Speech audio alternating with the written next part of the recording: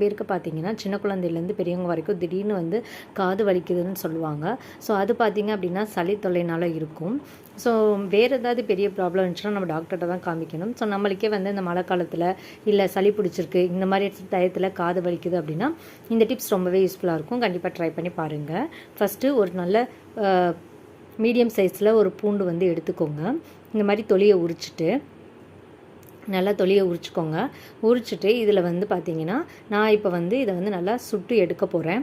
இதில் வந்து நான் வந்து கத்தி வந்து குத்தி இப்படி நான் சுட்டு எடுத்துக்கலான்ட்டு கத்தி யூஸ் பண்ணியிருக்கேன். நீங்கள் வந்து வேறு ஏதாவது ஸ்டிக்கு மாதிரி ஏதாச்சும் வந்து நீங்கள் யூஸ் பண்ணிக்கோங்க. யூஸ் பண்ணிவிட்டு இந்த மாதிரி நல்லா வந்து முன்னாடி பின்னாடி எல்லா பக்கமும் வந்து நல்லா காமிச்சு நல்லா வந்து சுட்டுக்கோங்க.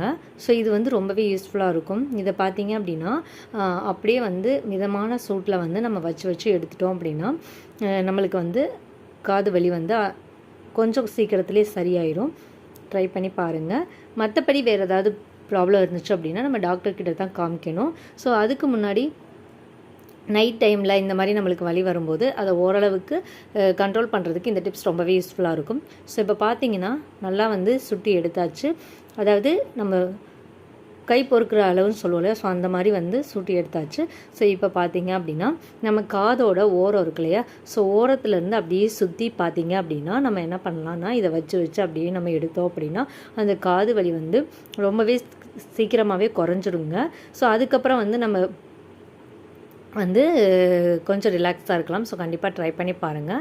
இந்த டிப்ஸ் வந்து ரொம்பவே யூஸ்ஃபுல்லாக இருக்கும். ஸோ காது வலி திடீர்னு வருது அப்படின்னா சளி தொல்லைனால தான் இருக்கும் இல்லையா, ஸோ அதை விட்டுட்டு வேறு ஏதாவது ப்ராப்ளம் இருந்துச்சு அப்படின்னா டாக்டர்கிட்ட காமிச்சிக்கலாம். ஸோ அதுக்கு ஃபஸ்ட்டு வந்து இந்த மாதிரி வந்து நம்ம செஞ்சு நம்ம அந்த வலியை வந்து நம்ம குறைச்சிக்கலாங்க. கண்டிப்பாக ட்ரை பண்ணி பாருங்கள். இந்த வீடியோ உங்களுக்கு யூஸ்ஃபுல்லாக இருக்குன்னு நினைக்கிறேன். ஸோ அப்படி யூஸ்ஃபுல்லாக இருந்துச்சு அப்படின்னா நம்ம சேனலுக்கு ஒரு லைக் கொடுங்க. தேங்க்யூ. தேங்க்ஸ் ஃபார் வாட்சிங்.